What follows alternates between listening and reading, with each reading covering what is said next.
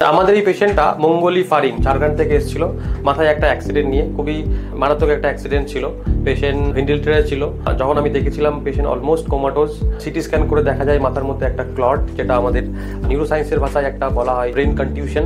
সঙ্গে আরও কিছু ফাইন্ডিংস, যেমন মিড লাইন শিফট মোর দেন 10 মিলিমিটার, সিভিয়ার মাস ইফেকশন। জিসিএস খুবই খারাপ ছিল। পেশেন্ট দেখা মাত্রই আমরা সঙ্গে সঙ্গে অপারেশনের ব্যবস্থা করা হয় এই হাসপাতালে। অপারেশনটা খুবই ডিফিকাল্ট অপারেশন ছিল আমাদের জন্য, যেহেতু পেশেন্টের কন্ডিশন খুবই খারাপ ছিল। অপারেশনের পরেও পেশেন্ট কিছুদিন ভেন্টিলেটরে ছিল।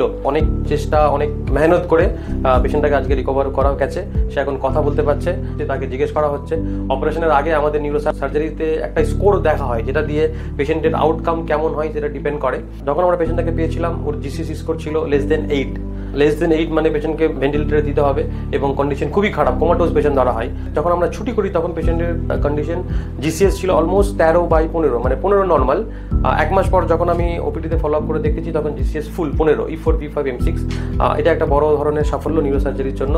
এই ধরনের কোমাটোজ পেশেন্টকে যদি প্রপার ওয়ে আর্লি ইন্টারভেনশন করা হয়, আউটকামগুলো এত ভালোই হয়। পেশেন্ট 1-2 মাসের মধ্যে সুস্থ হয়ে, আশা করছি এই ধরনের অপারেশন আমরা এই হাসপাতালে ভবিষ্যতে আরও করতে পারবো। Thank you.